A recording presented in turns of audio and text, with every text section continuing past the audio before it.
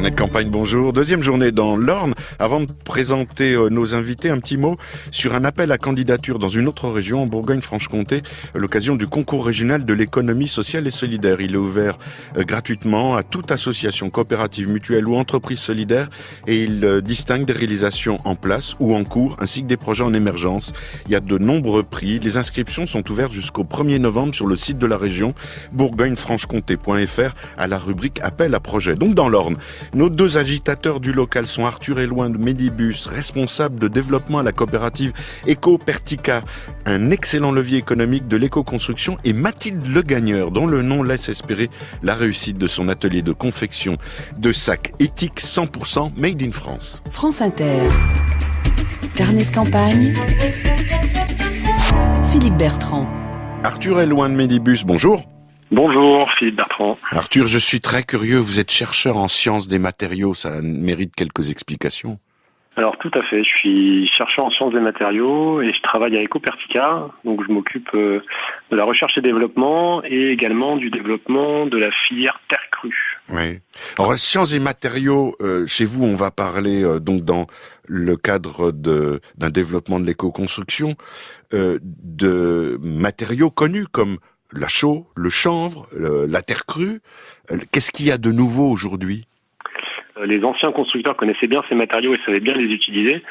Aujourd'hui, on les utilise malheureusement de moins en moins. Donc, je prends un exemple. Comment on peut utiliser de la terre crue pour isoler nos bâtiments ? Aujourd'hui, on cherche à avoir des bâtiments plus performants que ce qu'avaient les anciens. Ouais. Et on cherche à voir si on peut le faire avec ces matériaux-là. Alors, Ecopertica, c'est le catalyseur d'une filière d'éco-construction ? Alors, Ecopertica, on est une société coopérative d'intérêt collectif. On est une entreprise. Donc, on cherche à développer des filières locales de production d'écomatériaux dans le Perche. Et l'idée, c'est de mettre autour de nous les différents acteurs qui sont intéressés par ces matériaux. Donc, ça inclut les agriculteurs, les professionnels du bâtiment, les particuliers, et puis derrière les institutionnels, je dirais des collectivités locales. Il y avait déjà des producteurs de chanvre avant que vous existiez dans votre département ? Alors, il y avait beaucoup de chanvre dans le Perche par le passé. Il en reste encore. Aujourd'hui, le chanvre sert principalement pour faire de l'éco-construction. Et vous avez suffisamment de ressources aussi en terre crue ? Alors, la terre crue, il y en a à peu près partout sur le territoire français. Finalement, c'est juste de la terre argileuse. On pourrait construire quasiment tous les bâtiments qu'on construit chaque année avec la terre crue qui est sortie du sol pour faire des travaux. Typiquement, faire des voies ferrées, faire des routes, etc. Il y a encore 15% du bâti en France qui contient de la terre crue à l'intérieur, même si on ne le sait pas. Mais la question, c'est est-ce qu'on peut redévelopper des modes constructifs avec de la terre crue ou est-ce qu'on peut remettre de la terre dans les maisons ? Oui. C'est-à-dire, est-ce qu'on peut faire... Alors, il y a la construction et puis il y a donc aussi la réhabilitation. Alors, ça veut dire que c'est une réhabilitation qui s'applique quand même à du bâti ancien. On peut l'utiliser pour la rénovation, je dirais, de bâtis anciens, de bâtis plus récents, mais aussi en construction neuve. Nous, ce qu'on cherche à faire dans Ecopertica, c'est d'avoir une approche assez pragmatique de l'éco-construction, c'est-à-dire de mettre le bon matériau au bon endroit. Mais on est toujours pris dans des compromis entre les performances techniques, l'impact environnemental et puis le coût des matériaux. Il faut combiner tout ça et puis en fonction du projet, on essaie d'adapter au mieux. Ouais. Alors, je vais être mauvaise langue. Le Perche, c'est un petit peu, je dis bien, Arthur, le 21e arrondissement de Paris. Est-ce que les matériaux d'éco-construction, est-ce que vous proposez par votre filière est accessible à tous? Il y a des personnes qui ont de très faibles revenus, qui ont besoin aussi de limiter ces passoires énergétiques, comme vous le disiez, en faisant de la réhabilitation à partir de ces éco-matériaux. Est-ce que c'est possible ? C'est vrai que la question de est-ce que l'éco-construction est vraiment accessible à tous est une question compliquée. Alors, on peut faire des rénovations écologiques à des prix qui sont équivalents à ceux de matériaux conventionnels. Ce qui est clair, c'est qu'à ce moment-là, il faut faire les bons choix. Il faut, dès le départ du projet, intégrer le fait qu'on va mettre des écomatériaux pour pouvoir optimiser le mode constructif et faire qu'à la fin, on arrive à un prix qui peut être du même ordre de grandeur que celui de matériaux conventionnels. Oui. Après, il y a une autre question, ce qui est celle notamment de la précarité énergétique. On travaille avec une collectivité locale sur de l'auto-réhabilitation accompagnée. Donc le dispositif s'appelle EcoRéhab. On accompagne des personnes aux revenus modestes en partenariat avec les travailleurs sociaux pour la réhabilitation de leur logement. Donc en gros, ils ont acheté les matériaux et puis nous, on leur transfère le savoir-faire pour pouvoir faire des travaux de qualité et ensuite ils font par eux-mêmes.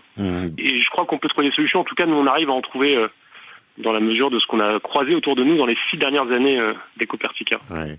Et puis alors, dernière chose, Ecopertica est pôle territorial de coopération économique du Perche, autrement dit comme tous les PTCE, vous regroupez plusieurs entrepreneurs, entreprises, qui sont la plupart du temps complémentaires. Vous représentez combien d'emplois et de salariés ?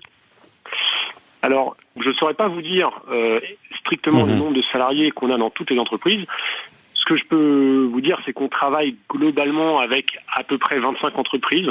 Donc ça va de l'architecte aux artisans. On travaille également avec des agriculteurs. Ce PTCE, il a principalement un objectif, c'est d'essayer de développer l'éco-construction en filière locale et en circuit court avec des matériaux locaux. On le fait autour de 2 filières, donc la filière chanvre et puis la filière terre crue. Oui. Et on travaille avec les artisans pour réussir à faire qu'on ait des modes constructifs qui soient abordables, qui soient techniquement adaptés aux bâtis qu'on a nous dans le Perche. Et donc c'est ça l'objectif, je dirais, de structurer ce réseau d'éco-construction autour des matériaux locaux notamment. Mieux vivre, mieux habiter, et puis surtout une amélioration économique évidente pour le territoire du Perche par l'intermédiaire de cette filière et d'Ecopertica, ecopertica.com. Ecopertica aussi, comme beaucoup aujourd'hui, sa page Facebook. Merci Arthur. Merci beaucoup, merci à vous. Carnet de campagne. Philippe Bertrand sur France Inter. Juste avant d'appeler notre second invité, je rappelle qu'au mois de novembre, nous allons traverser la Nièvre, la Côte d'Or, la Haute-Saône et l'Aveyron. Merci de nous écrire depuis ces départements. Mathilde Gagneur, bonjour. Bonjour. Mathilde, quand on s'appelle le gagneur, on ne peut pas perdre. Oui, c'est ce qu'on dit. Sérieusement, ça vous a porté ? Vous avez un esprit de gagneuse ? Une certaine détermination dans ce que je fais, en tout cas, c'est certain, oui. Et la détermination de claquer la porte à un poste que vous teniez, designer chez Vuitton, à Paris. Claquer la porte pour retourner dans votre Normandie natale. Oui, en fait, j'avais envie que ma vie professionnelle ait vraiment du sens pour moi. Et même si j'aime mon métier, j'avais envie de trouver une façon plus pertinente de l'exercer. Ouais. Mais c'est le lieu de vie qui donne beaucoup plus de pertinence à son travail, alors ? Ça favorise en tout cas l'inspiration et d'avoir de l'espace et du calme quand on crée, c'est quand même important. Oui. Mais quand on est à Saint-Philbert-sur-Orne, je ne sais pas combien d'habitants il y a, la question est toujours comment je vais pouvoir diffuser et proposer mes productions, mes réalisations, donc dans votre entreprise de confection qui s'appelle l'Atelier Le Gagneur. Ouais, ça c'est la magie d'Internet. Vraiment, aujourd'hui, on peut développer son activité en milieu rural et en même temps être connu à travers le monde, si on peut aller jusque-là, et ça, c'est vraiment super.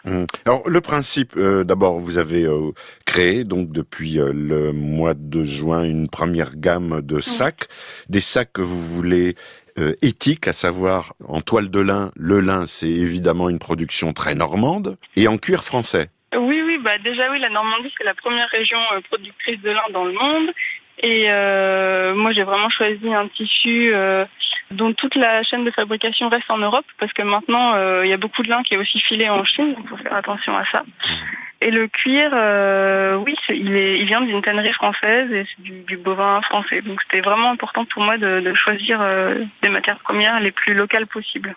Et alors pour lancer votre activité et créer votre entreprise, Mathilde, vous avez décidé de travailler avec une coopérative d'activité qui s'appelle Crescendo. Oui, tout à fait. Et qui vous permet quoi? Alors toute liberté de création ou c'est une contrainte parce qu'il y a un pourcentage qui revient à la coopérative? Non, c'est pas du tout une contrainte. Moi, j'avais pas d'expérience en tant qu'entrepreneur et c'est un métier à part entière, être entrepreneur. Donc, c'est super d'être accompagné dans ce cadre-là et de pouvoir se former à cette nouvelle activité. Et puis, la coopérative permet aussi d'être soutenue, entourée. Donc, les 10%, c'est juste normal. Alors, vous avez fait appel à un atelier de couture parce que vous pouvez pas tout réaliser vous-même, et il s'agit d'un ESAT, les Tilleuls à Condé-sur-Noireau, non loin de chez vous. Oui, c'est ça. Alors, une nouvelle collection qui va sortir au mois de novembre sera fabriquée à Condé-sur-Noireau. Ils fabriquent déjà pour moi des cabas publicitaires que je voulais être fabriqués en France, et là, on travaille pour une nouvelle collaboration, oui. Parce que vous voulez dire que la plupart des cabas publicitaires sont réalisés ailleurs, et en particulier en Asie. Tout à fait. Oui. Alors, pour visualiser les sacs, on va sur le site. Et alors, vous avez choisi une signature très simple, c'est un A qui surmonte LG, donc Atelier Le Gagneur. Oui. Et vous dites que c'est du produit haut de gamme. De toute façon, dès qu'on choisit de faire fabriquer en France dans des matières de qualité, c'est difficile de pas être haut de gamme en fait. Ouais. Donc ça va de soi. Ouais, c'est ça qui explique en fait la division du marché. Il y a un marché made in France qui a un coût élevé et un marché qui peut être ouvert en France mais sur la base d'une production asiatique qui est bon marché. C'est ça. Ouais, alors comment résoudre cette équation? Essayer de trouver un produit made in France qui soit abordable par tous. Moi déjà j'ai choisi de vendre les sacs moi-même, donc en privilégiant une filière courte qui fait qu'il y a moins de marge commerciale et que les prix restent plutôt accessibles. Comment vous voyez l'avenir, Mathilde, pour vous? Moi j'aimerais développer le plus possible des partenariats dans ma région et pourquoi pas un jour avoir un atelier de fabrication au sein de Atelier Le Gagneur. Ça me paraîtrait cohérent et puis je serais fière de pouvoir créer de l'emploi aussi. Et quelle est la différence entre votre statut aujourd'hui, celui que vous aviez dans une grande maison comme la maison Vuitton? Maintenant, je suis indépendante. C'est ce que je cherchais aussi, cette liberté. Les rémunérations ne sont plus les mêmes non plus. Non. Surtout quand on débute, on cherche plutôt à se développer, mais à se faire connaître que de dégager tout de suite un salaire, quoi. Bravo, en tout cas, bon courage, bonne suite pour l'Atelier Le Gagneur, atelierlegagneur.fr. Il y a une page Facebook. Vous aurez aussi le lien avec les Tilleuls à Condé-sur-Noireau si vous voulez découvrir ce centre d'aide par le travail. Merci Mathilde. Merci à vous.